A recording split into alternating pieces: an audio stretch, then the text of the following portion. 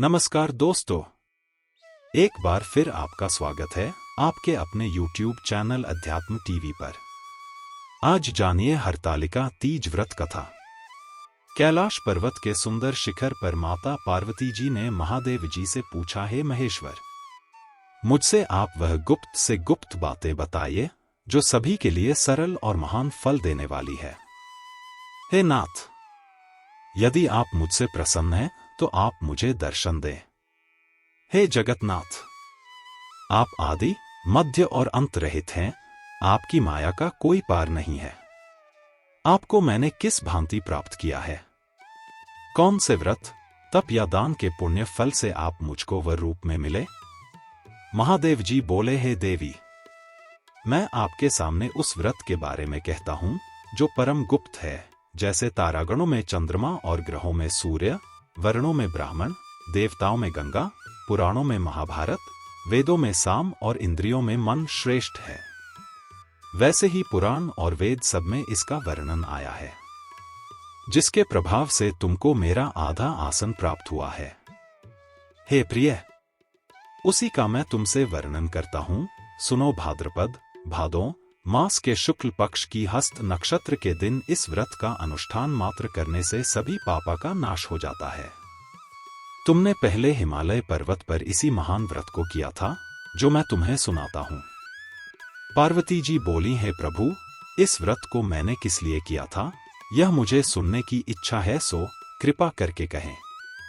शंकर जी बोले, आर्यावर्त में हिमालय नामक एक महान पर्वत है जहां अनेक प्रकार की भूमि अनेक प्रकार के वृक्षों से सुशोभित है, जो सदैव बर्फ से ढके हुए तथा गंगा की कलकल ध्वनि से शब्दायमान रहता है।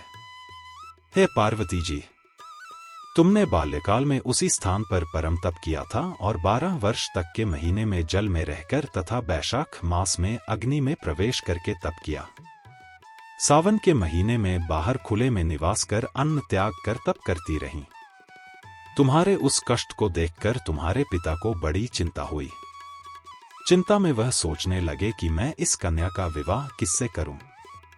एक दिन नारद जी वहां आए और देवर्षि नारद ने तुम शैलपुत्री को देखा। तुम्हारे पिता हिमालय ने देवर्षि को अर्घ्य, पाद्य, आसन देकर सम्मान सहित बिठाया और कहा, हे मुनीश्वर, आपने यहां तक आने का कष्ट कैसे किया? कहें क्या आज्ञा है? नारद जी बोले, हे गिरिराज, मैं विष्णु भगवान का भेजा हुआ यहां आया हूं। तुम मेरी बात सुनो। आप अपनी कन्या को उत्तम वर को दान करें। ब्रह्मा, इंद्र, शिव आदि देवताओं में विष्णु भगवान के समान कोई भी उत्तम नहीं है। इसलिए मेरे मत से आप अपनी कन्या का दान भगवान विष्णु को ही दें। हिमालय बोले, यदि भगवान वासुदेव स्वयं ही कन्या को ग्रहण करना चाहते हैं और इस कार्य के लिए ही आपका आगमन हुआ है तो वह मेरे लिए गौरव की बात है। मैं अवश्य उन्हें ही दूंगा। हिमालय का यह आश्वासन सुनते ही देवर्षि नारद जी आकाश में अंतर्धान हो गए और भगवान विष्णु के पास पहुंचे। नारद जी ने हाथ जोड़कर भगवान विष्णु से कहा, प्रभु, आपका विवाह कार्य निश्चित हो गया है। इधर हिमालय ने पार्वती जी से प्रसन्नता पूर्वक कहा, हे पुत्री, मैंने तुमको गरुड़ ध्वज भगवान विष्णु को अर्पण कर दिया है। पिता के इन वाक्यों को सुनते ही पार्वती जी अपनी सहेली के घर गईं और पृथ्वी पर गिरकर अत्यंत दुखित होकर विलाप करने लगीं। उनको विलाप करते हुए देखकर सखी बोली, हे देवी, तुम किस कारण से दुखी हो, मुझे बताओ। मैं अवश्य ही तुम्हारी इच्छा पूरी करूंगी। पार्वती बोली, है सखी, सुन, मेरी जो मन की अभिलाषा है सुनाती हूं। मैं महादेव जी को वरण करना चाहती हूं। मेरे इस कार्य को पिताजी ने बिगाड़ना चाहा है, इसलिए मैं निसंदेह इस शरीर का त्याग करूंगी। पार्वती के इन वचनों को सुनकर सखी ने कहा, हे देवी, जिस वन को तुम्हारे पिताजी ने न देखा हो तुम वहां चली जाओ। तब देवी पार्वती अपनी सखी का यह वचन सुन ऐसे ही वन को चली गई। पिता हिमालय ने तुमको घर पर न पाकर सोचा कि मेरी पुत्री को कोई देव, दानव अथवा किन्नर हरण करके ले गया है। मैंने नारद जी को वचन दिया था कि मैं पुत्री का भगवान विष्णु के साथ वरण करूंगा। हाय, अब यह कैसे पूरा होगा? ऐसा सोचकर वे बहुत चिंतातुर हो मूर्छित हो गए। तब सब लोग हाहाकार करते हुए दौड़े और मूर्छा दूर होने पर गिरिराज से बोले कि हमें आप अपनी मूर्छा का कारण बताओ। हिमालय बोले, मेरे दुख का कारण यह है कि मेरी रत्नरूपी कन्या को कोई हरण कर ले गया, या सर्प ने काट लिया, या किसी सिंह ने मार डाला। वह न जाने कहाँ चली गई, या उसे किसी राक्षस ने मार डाला है। इस प्रकार कहकर गिरिराज दुखित होकर ऐसे कांपने लगे जैसे तीव्र वायु के चलने पर कोई वृक्ष कांपता है। तत्पश्चात हे पार्वती, तुम्हें गिरिराज साथियों सहित घने जंगल में ढूंढने निकले। तुम भी सखी के साथ भयानक जंगल में घूमती हुई वन में एक नदी के तट पर एक गुफा में पहुंची। उस गुफा में तुम आनी सखी के साथ प्रवेश कर गईं, जहां तुम अन्न जल का त्याग करके बालू का लिंग बनाकर मेरी आराधना करती रहीं। उस समय पर भाद्रपद मास की हस्त नक्षत्र युक्त तृतीया के दिन तुमने मेरा विधि विधान से पूजन किया तथा रात्रि को गीत गायन करते हुए जागरण किया। तुम्हारे उस महाव्रत के प्रभाव से मेरा आसन डोलने लगा। मैं उसी स्थान पर आ गया जहां तुम और तुम्हारी सखी दोनों थी। मैंने आकर तुमसे कहा, हे वरान्ने, मैं तुमसे प्रसन्न हूं, फिर तुम मुझसे वरदान मांग। तब तुमने कहा कि हे देव, यदि आप मुझसे प्रसन्न हैं तो आप महादेव जी ही मेरे पति हों। मैं तथास्तु ऐसा कहकर कैलाश पर्वत को चला गया और तुमने प्रभात होते ही मेरी उस बालू की प्रतिमा को नदी में विसर्जित कर दिया। हे शुभे, तुमने वहां अपनी सखी सहित व्रत का पारायण किया। इतने में तुम्हारे पिता हिमवान भी तुम्हें ढूंढते ढूंढते उसी घने वन में आ पहुंचे। उस समय उन्होंने नदी के तट पर 2 कन्याओं को देखा तो ये तुम्हारे पास आ गए और तुम्हें हृदय से लगाकर रोने लगे। बोले, बेटी, तुम इस सिंह व्याघ्रादि युक्त घने जंगल में क्यों चली आई?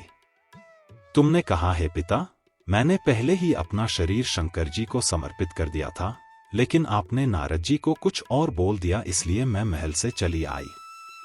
ऐसा सुनकर हिमवान ने तुमसे कहा कि मैं तुम्हारी इच्छा के विरुद्ध यह कार्य नहीं करूंगा। तब वे तुम्हें लेकर घर को आए और तुम्हारा विवाह मेरे साथ कर दिया। हे प्रिय, उसी व्रत के प्रभाव से तुमको मेरा अर्धासन प्राप्त हुआ है। इस व्रतराज को मैंने अभी तक किसी के सम्मुख वर्णन नहीं किया है। हे देवी, अब मैं तुम्हें यह बताता हूं कि इस व्रत का यह नाम क्यों पड़ा। तुमको सखी हरण करके ले गई थी, इसलिए हरतालिका नाम पड़ा। पार्वती जी बोली, है स्वामी, आपने इस व्रतराज का नाम तो बता दिया, लेकिन मुझे इसकी विधि और फल भी बताइए कि इसके करने से किस फल की प्राप्ति होती है। तब भगवान शंकर जी बोले, सौभाग्य की इच्छा रखने वाली महिलाओं को यह व्रत पूरे विधि विधान के साथ करना चाहिए। व्रत में केले के खंभों से मंडप बनाकर उसे वंदनवारों से सुशोभित करें। उसमें विविध रंगों के उत्तम रेशमी वस्त्र की चांदनी ऊपर तान दें। चंदन आदि सुगंधित द्रव्यों का लेपन करके महिलाएं एकत्रित हों। शंख, भेरी, मृदंग आदि बजावें। विधि पूर्वक मंगलाचार करके श्री गौरीशंकर की बालू निर्मित प्रतिमा स्थापित करें। फिर भगवान शिव पार्वती जी का गंध, धूप, पुष्प आदि से विधि पूर्वक पूजन करें। अनेकों नैवेद्यों का भोग लगावें और रात्रि को जागरण करें। नारियल, सुपारी, जंवारी, नींबू, लौंग, अनार, नारंगी आदि ऋतुफलों तथा फूलों को एकत्रित करके धूप, दीप आदि से पूजन करके कहें, हे कल्याण स्वरूप शिव, हे मंगल रूप शिव, हे मंगल रूप महेश्वरी, हे शिवे, सब कामनाओं को देने वाली देवी कल्याण रूप तुम्हें नमस्कार है। कल्याण स्वरूप माता पार्वती, हम तुम्हें नमस्कार करते हैं। भगवान शंकर जी को सदैव नमस्कार करते हैं। हे ब्रह्मा रूपिणी जगत का पालन करने वाली मां, आपको नमस्कार है। हे सिंहवाहिनी, मैं सांसारिक भय से व्याकुल हूं, तुम मेरी रक्षा करो। हे महेश्वरी, मैंने इसी अभिलाषा से आपका पूजन किया है। हे पार्वती माता, आप मेरे ऊपर प्रसन्न होकर मुझे सुख और सौभाग्य प्रदान कीजिए। इस प्रकार के शब्दों द्वारा उमा सहित शंकर जी का पूजन करें। विधि पूर्वक कथा सुनकर गौ, वस्त्र, आभूषण आदि ब्राह्मणों को दान करें। इस प्रकार से व्रत करने वाले के सब पाप नष्ट हो जाते हैं। यह पर्व हर वर्ष भाद्रपद माह के शुक्ल पक्ष तृतीया तिथि को मनाते हैं। इस व्रत के करने से भगवान शिव और माता पार्वती का आशीर्वाद प्राप्त होता है और जीवन के सभी कष्ट दूर होते हैं। हरतालिका तीज का पर्व भगवान शिव और माता पार्वती के अटूट रिश्तों को ध्यान में रखकर किया जाता है। इस दिन महिलाएं 16 श्रृंगार करके पूजा अर्चना करती हैं और अखंड सौभाग्य का आशीर्वाद प्राप्त करती हैं।